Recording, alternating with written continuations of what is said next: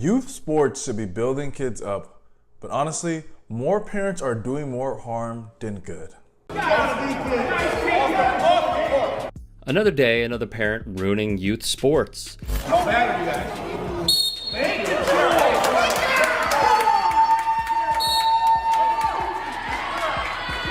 If you've ever said, my kids should play more, or dang, the refs cost us the game, then this video is for you. I'm an athlete, and I'm all for sports. And I love the fact that parents can come watch their kids play and really watch them, cheer them on. But sometimes parents do a little bit too much. I don't have kids, but I've been a kid on the other side, and hearing the parents jar at these sporting events is honestly insane. These are some stereotypes that you see at a lot of kids' sporting events, and honestly, if you're one of these parents, you need to be better. First and foremost, it's living through your child. A lot of parents go to their games trying to relive the glory days. You're living through your kid. Let the kids be kids and let them play. You're not on the field, the court, the pitch. You're just in the stands.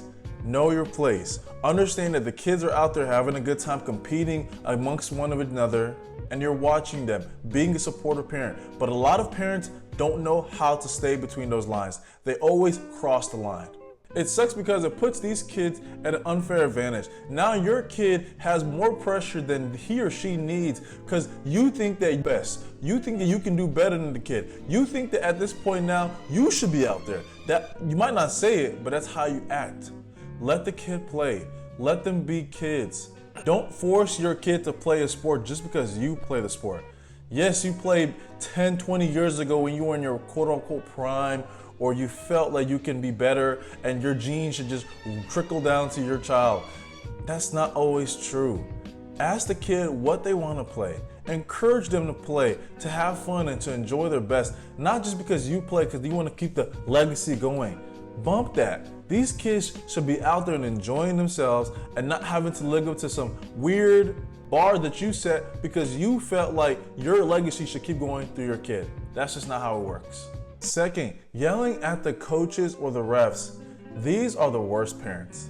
The parents that yell at the coaches, that think that they know more than the coaches. They believe that they know what they're doing more. They believe that they can coach the team better, even though most of the parents have never played a sport to the highest level where it requires you to oversee other people. It is the worst thing to watch as a kid. Fun story, I was actually at a game recently. It was a 12 and under football game. I've actually never been to one of those, but it was cool. A friend invited me out because he was one of the coaches. I come out to watch. The kids were having a great time, but they were getting killed. It was 52-0 in the championship game. It was cold. A lot of these parents were getting upset, yes, because they were losing. Rightfully so, they don't like to see their kids lose. But a lot of parents started coming up to the coach, trying to tell him what they should do or what he should not do or who should be playing in the game, and the parent and the coach lost it. It was so crazy that I even had to get out the stands and almost have to break the parent up because I didn't want to see the coach whoop that parent's butt. And this coach was a former military guy, so he wasn't playing any games. But that just kind of shows that some arrogance a lot of parents have watching their kids play, even if they're losing or winning, does not determine if you know more than the coach. Let the coach parents watch and let that be how it goes. Parents, you are not the coach. You don't know more than the coach. And most of the time, you just want to see your kids play. Just cut it out. Remember, it's just a game.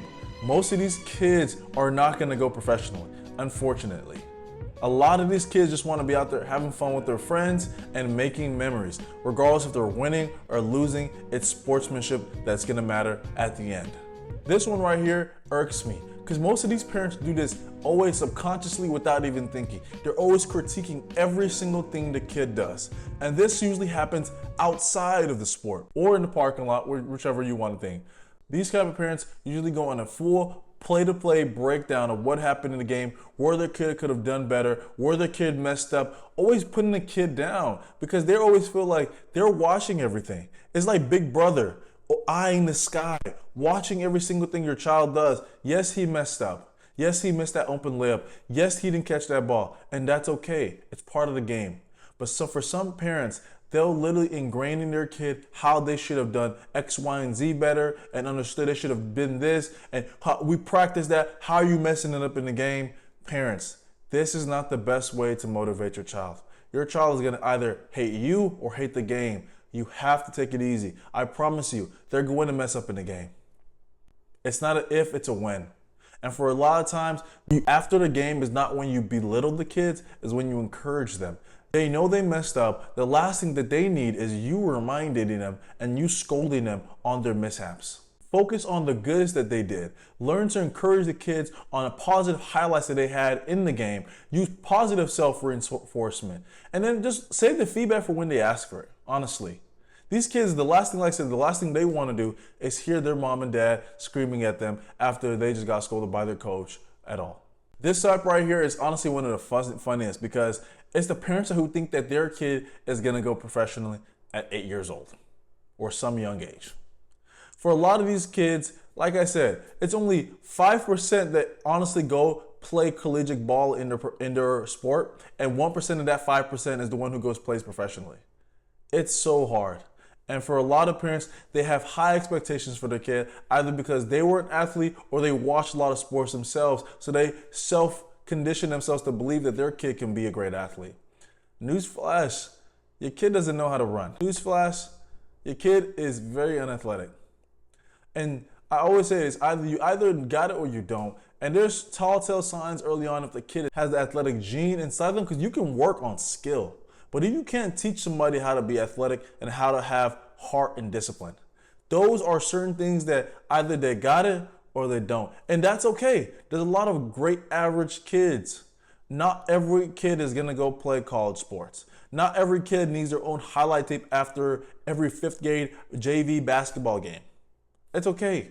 Don't try and bog your kid down to one sport, trying to force them into getting to the pro level. For a lot of families, they think their kid is their meal ticket out of the hood. For a lot of people, that's how it is. You see a little bit of potential in your kid and you're just like, this is my meal ticket. I'm gonna pour everything inside you so you can get me out of my financial situation in 10 to 15 years. It's a great investment, but sometimes it doesn't pay off. Let your kid play different sports. Allow them to be open to so many different things and have no expectation of them. If he wants and he trains and he pushes, he's going to give himself a better opportunity, but that does not guarantee him an opportunity to go play professional. I was a situation like that. I came to America from Nigeria. I was skinny, I was not fast, and I wasn't the strongest, but I had the hard work, I had the will to be better, and that's what excelled me over my peers. It wasn't the fact that I had the best training, I just wanted it harder than most, like you said. They got it or you don't. Next, we have parents who push their kids through injuries. Injuries are part of the game. We understand that. But you have to let your kid rest, especially in their younger days. This is when their body's fully developing. A lot of these kids don't even hit full puberty until high school. So for you, when they're playing youth sports, they're going to be getting hurt a lot. And for kids, they are usually like Gumby, they can bounce back. But if there is a serious injury, do not force these kids to play for the sake of playing. It's okay to take a year off. It's okay to even limit their access to sports until their body's fully functioning, ready to play. I personally would not let my kid play tackle football until maybe 8th grade high school. I just don't think it's necessary. I think tackle football at a young age only allows for more injuries, and most of the time these kids have no technical sound of how to play. They're just kamikazing each other. So that's a situation where I think it is very likely to injury, but I love football and I'm not going to stop my kids from playing football, but I want to limit injuries early on, especially when they don't have to. For other kids, when they're hurt, if it's basketball or tennis or soccer, let them nurse it. Take a year off. Like I said, most of these kids are not going to go professional at a young age. You are going to have to allow them to get their bodies underneath them, allow for the best recovery, because they cannot play for them at their best if they're hurt. Teach kids how to listen to their bodies and speak up when they are nagging an injury. I know for a lot of kids, they feel the pressure of having to play through. They want mom and dad to not be upset because they spent all that money on their AAU basketball game or their travel ball. It's okay. We'll make the money back. It's just money. At the end of the day, your mind, everything, that's more important. That's what you should be teaching your kids. And last but not least, this might be the most detrimental for a lot of kids that their parents do, is making their sport their whole identity. In the days and age of social media, we see a lot of parents trying to help their kids garner fame, whether it's through social media or highlights, accolades, which is all great and dandy. But for the most part, I always say this: at some point, your kid is not going to play the sport anymore. Whether through just not being good, whether through injuries, whether through early retirement, whether through just finishing, they played 20 plus years. Don't let them believe that their sport is their identity. They are not a football player, they're just a person who's good at football. You're not a basketball player, somebody who's just good at basketball. You have so many other talents in other spaces and other places that you do not have to put all your eggs in one basket on this for the rest of your life. Encourage them to seek other hobbies. Encourage them to go into arts. Encourage them to try different things that might interest them or that entertain them.